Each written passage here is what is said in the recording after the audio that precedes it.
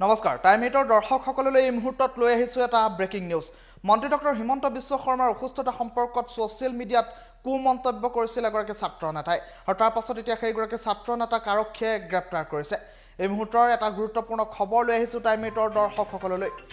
মন্ত্ৰী হিমন্ত বিশ্ব শৰ্মাৰ অসুস্থতা সম্পৰ্কত কুমন্তব্য কৰা এজনক ইতিমধ্যে গ্ৰেপ্তাৰ কৰিছে আৰক্ষীয়ে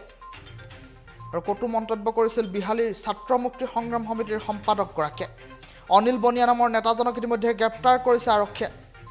বিহালীৰ ৰংচালিৰ ঘৰৰ পৰা গ্ৰেপ্তাৰ কৰিছে অনিল বনিয়াক সোশ্যাল মিডিয়াত বিৰূপ মন্তব্য কৰিছিল অনিল বনিয়া নামৰ যুৱকজনে ৰাজ্যৰ স্বাস্থ্য মন্ত্ৰীগৰাকীৰ বিপক্ষে আৰু মন্ত্ৰী ডক্টৰ হিমন্ত বিশ্ব শৰ্মাৰ অসুস্থতা সম্পৰ্কত কটু মন্তব্য আগবঢ়াইছিল সোশ্যাল মিডিয়াত আৰু সোশ্যাল মিডিয়াত কটু মন্তব্য আগবঢ়োৱাৰ পাছতে এতিয়া প্ৰতিক্ৰিয়াৰ সৃষ্টি হৈছে সৰ্বত্ৰে অনিল বনিয়া নামৰ যুৱকজনক নিজ গৃহৰ পৰা আৰক্ষীয়ে গ্ৰেপ্তাৰ কৰা পৰিলক্ষিত হৈছে এই মুহূৰ্তৰ এটা গুৰুত্বপূৰ্ণ খবৰ জনাইছো টাইম 8ৰ দৰ্শকসকলক অনিল বনিয়া নামৰ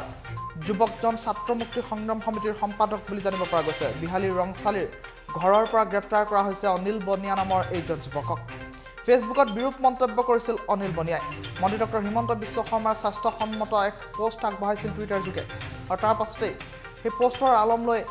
কটু মন্তব্য কৰিছিল স্বাস্থ্য মন্ত্ৰীগৰাকীক বিৰূপভাৱে প্ৰকাশ কৰিবলৈ চেষ্টা কৰিছিল সোশ্যাল মিডিয়াত আৰু তাৰ পাছতে কটু মন্তব্য কৰা এইজন যুৱকক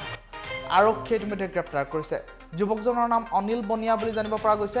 বিহালীৰ ৰংচালিৰ ঘৰৰ পৰা গ্ৰেপ্তাৰ কৰা হৈছে অনিল বনিয়া নামৰ যুৱকজনক আৰু ফেচবুকত বিৰূপ মন্তব্য কৰা অনিল বনিয়া হৈছে ছাত্ৰ মুক্তি সংগ্ৰাম সমিতিৰ সম্পাদক